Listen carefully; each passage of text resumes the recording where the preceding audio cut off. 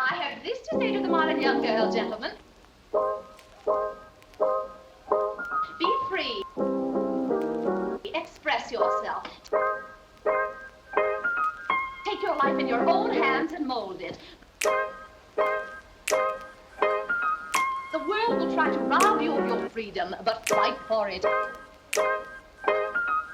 It's all you have to live for. That's all for the modern girl, gentlemen. What else? Ask me anything.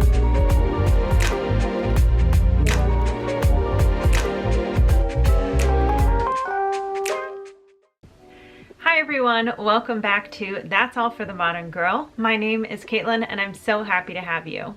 Today we continue with the Highlights of Hollywood Heroines series featuring our first star of the year, Eleanor Parker. In the first video on Eleanor Parker, we covered her early life, her early career in Hollywood, and the character that she is most well known for, Baroness Elsa von Schrader in The Sound of Music.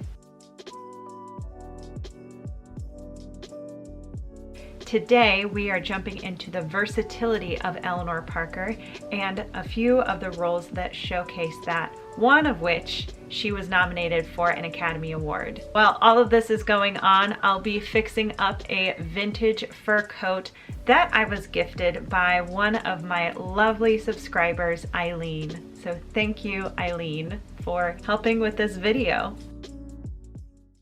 So when I was brainstorming ideas of what project I should pair next with Eleanor Parker, I was inspired to fix up a vintage fur coat that, as I mentioned, was gifted by a subscriber, Eileen. I had recently watched A Millionaire for Christie, where the beginning of the film introduces the protagonist, Christabel Sloane, played by Eleanor Parker, briskly walking to work in a fur coat. Turns out she was making payments on this coat and finds it being repossessed after missing several payments. No nice way to act. No, wait. No, don't wait. Look, I'll put a check for you in the mail next payday. Read your contract. Oh, no. We repossess till you pay up. A coat such as hers would have held high importance back in 1951. It was not merely warmth, but a symbol of status in the 1950s, when fur coats were at their peak popularity. As mentioned, fur coats were a status symbol, and for the first 50 years, that held true of the 20th century. Please, really. Miss Sloane. Yes, Mr. Thompson. Would it be too much to ask you to do a little work? Yes, Mr. Thompson. Oh, no, Mr. Thompson. Now look, lady. Not just wearing one, but also what it was made of, the most expensive being made of mink. If coats weren't made out of fur for warmth, then they usually consisted of wool or a wool rayon blend. This coat that I have here was made by Ben Con Furriers. Is that how you say it? Furriers? Furriers? I don't know. Which was started in 1921 and who had customers such as Elizabeth Taylor, Ava Perón, and Cher. Truth be told, I have a bit of cognitive dissonance when it comes to the matter of fur. The steel traps of wintry Russia. I mean, you really think this looks good? 'Cause I do. Basically, I don't condone fur trades of today, but have an acceptance of vintage furs for the purpose they served at the time and what they are today. I recognize the role fur has played for thousands of years in our survival and existence, as well as the status symbol it no doubt has played in many cultures throughout history. We have shown our ability to evolve and find new materials for warmth and new status symbols, and therefore do not condone the fur trades as a practice in today's world, while still I'm able to appreciate the items that still exist from our collective past. I know, it doesn't make sense, hence the cognitive dissonance, which I could go on and on about, but we'll stop with that. With this vintage fur coat recently gifted to me and this scene in mind, I decided to pair up the two and give some TLC to this 20th century fur coat.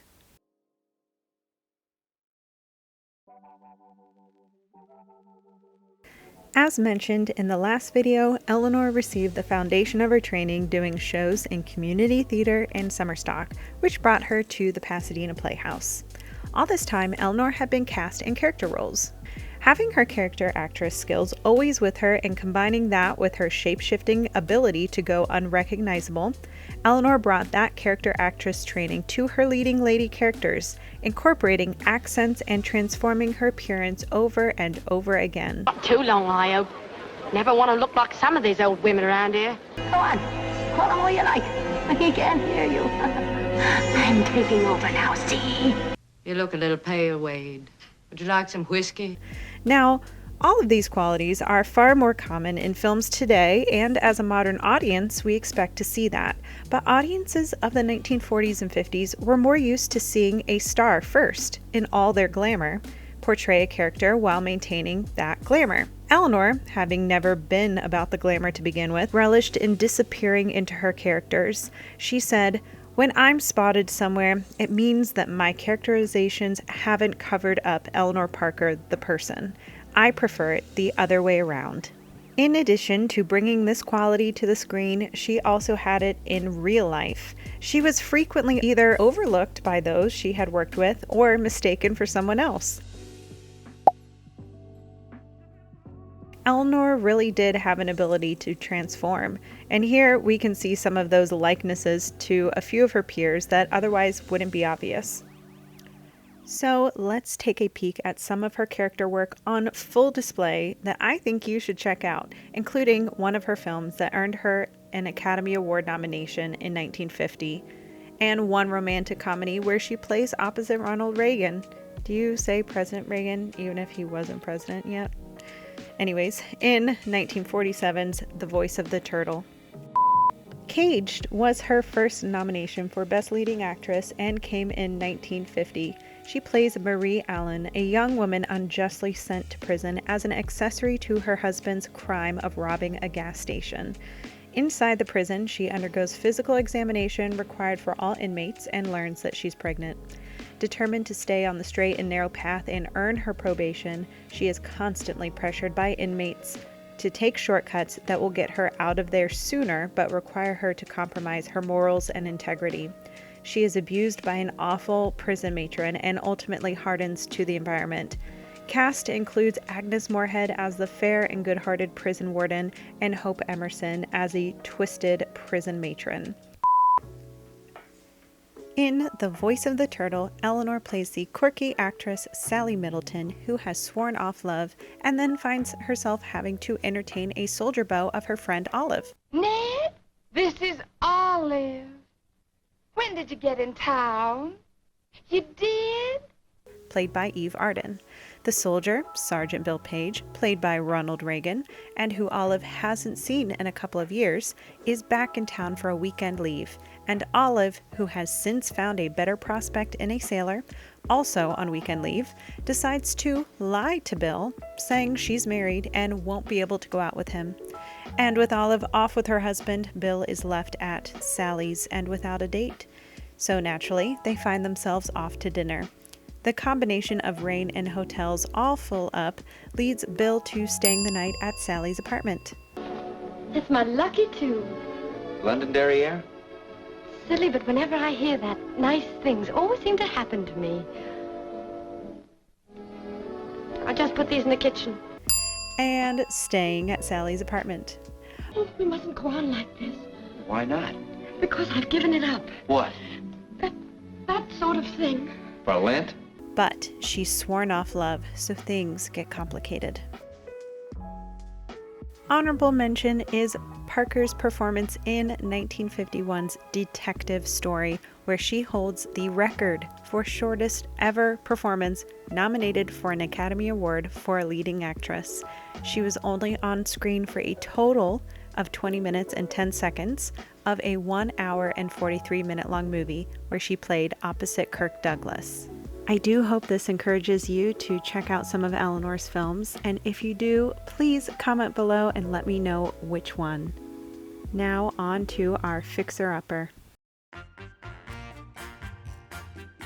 So to start off, I went around and I just looked at the coat to see what basic cosmetic items there were that needed to be fixed and that I thought was within my own wheelhouse of skills. I'll leave the more complicated fixes for somebody with a more advanced set of skills for another time. But overall, it really just ended up being mostly issues with the lining separating from the fur, and that was caused by the thread giving away. And that makes sense to me because really the thread is carrying a lot of weight by keeping these two pieces of material together. And I actually went and weighed the coat because I was curious of how heavy it was, and it came in at 10 pounds. After this initial assessment, I decided to prioritize a couple of things: attaching the lining where it had separated and putting my initials into the lining of the coat just as the original owner had. I can't figure out, and maybe somebody can comment and let me know if you know what this is, but okay, this is the inside of the coat, and there are these two drawstring ties on the left side. Wait, no, on my left side right now, but on the right armhole. It's right below the armpit, and I don't know what it's for.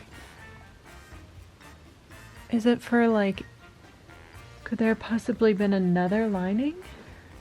I don't see one on this side. No, there isn't one on the left side. And I don't know what that's about, so comment below if you know. Help me out.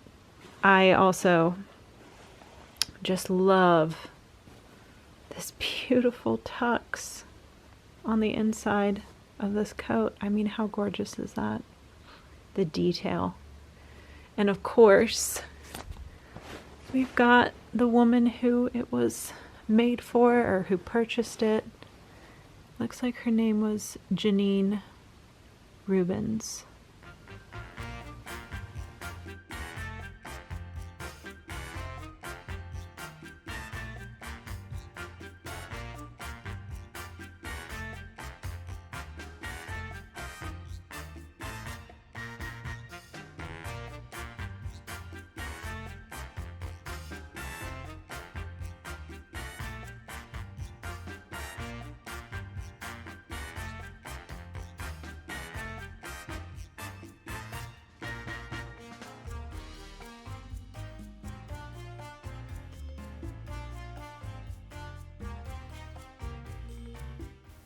I was excited to try out the embroidery feature on my machine for the very first time, and when I finished with just trying out my initials, they were fine, but it wasn't the effect that I was really going for, and you'll see what I mean right now. A little underwhelming. So I decided I would hand sew instead. Okay, so here's my progress. Oh, this is going to take longer than I thought. This is the top of the C. How did they get it to look so beautiful? This is not going to be quite the same as the gorgeous Janine's embroidered name. I probably should have looked up some embroidery tips. Like cross stitch? I don't know. Is that the same thing? Is that different? Ah! Oh, don't even. I made this long enough so that I wouldn't have to keep, oh dear, getting a new piece of thread. But the risk that you run, as I've just done, is that if it's too long, it starts to get tangled. I didn't realize that I was going to be so heavy in the hand sewing in these first few projects. Okay, that worked. I guess this is the time for me to work on this skill set. This is gonna look like, this embroidery is looking like when somebody carves their initials into a tree. It's a hack job. This is gonna be a hack job of my name. Definitely feeling more like one of those like Pinterest fails. I don't know, maybe I'm being too hard. I think I can do this. I think I can make it, I can schmooze this over eventually to look appealing. But for the time being, maybe it's just that you have to like lay down the foundation here, and that's what I'm doing. and then you go over it and you can make it all pretty. That is, I think, what is going to be my game plan. I don't know if that's how it normally goes, but guys, I'm just really can't be bothered with looking it up right now. I just feel compelled to make it up. All right. We're getting there. It's the beginning of the top of the C. You see it? Yeah. All right, I'll be back later. A few moments later. Okay, here's an update. I have a C completed, but I think I'm gonna change my plan, and I can do that. So we're gonna go with the good old initials, period. It is a C. On to the A, stands for, and then the O.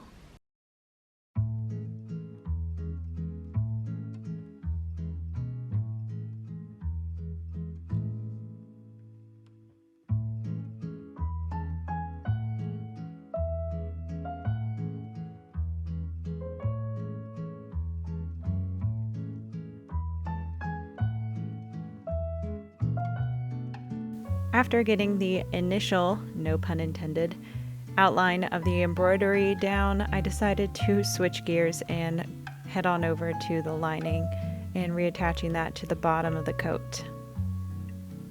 I used the original stitching where it was still attached as my guide when I was putting in my own stitches. And here they are, side by side.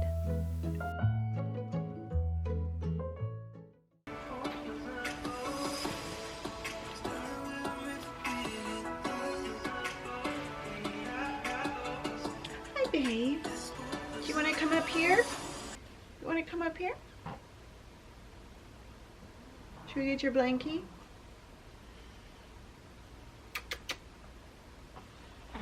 There she goes. Hello. Let me get your blankie for you. You get situated and then I will work around you, okay? Come here. No, not on the coat. Not on the coat. There you go.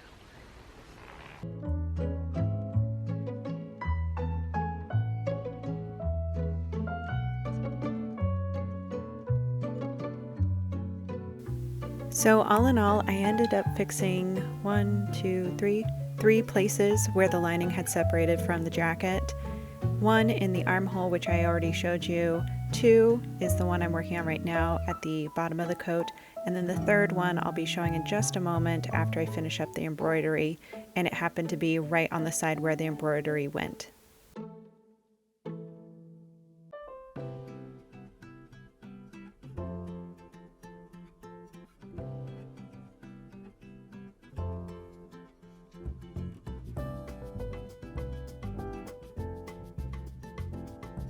For the embroidery, I did end up going back over and schmoozing it a little bit, and I'm okay with how it turned out. I'm glad that I used a scrap piece of fabric and sewed it into the lining so that if I ever do want to go back and improve upon my embroidery skills, I'll have that opportunity without totally ruining the lining by ripping it apart with a seam ripper.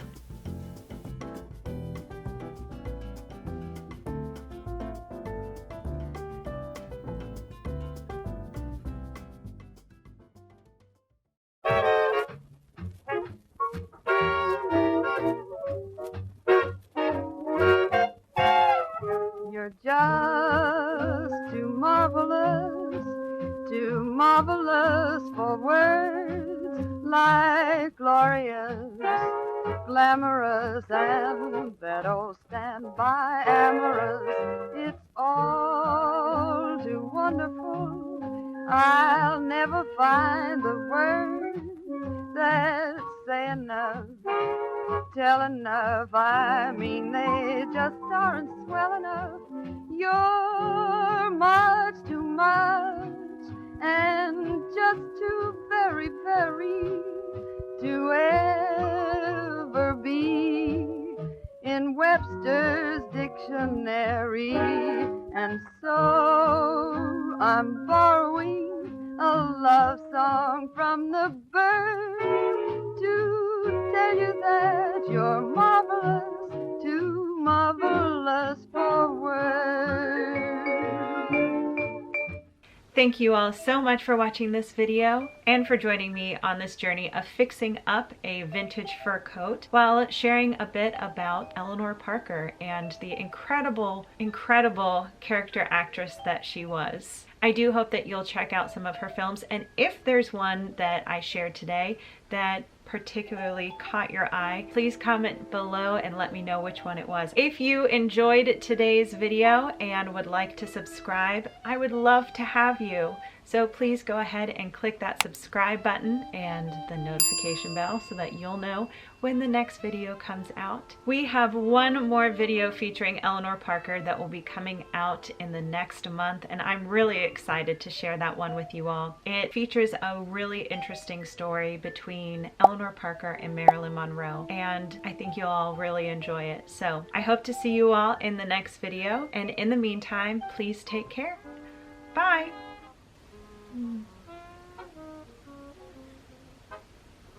It's too bad that this necklace doesn't want to cooperate. That's fine. Okay.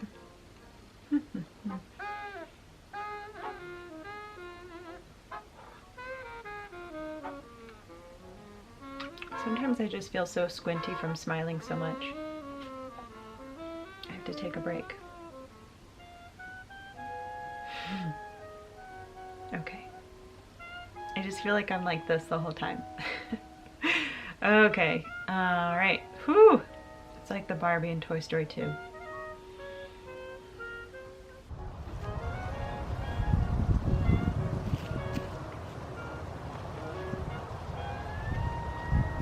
Who knows what my hair's looking like? I didn't even bring any bobby pins. Oops.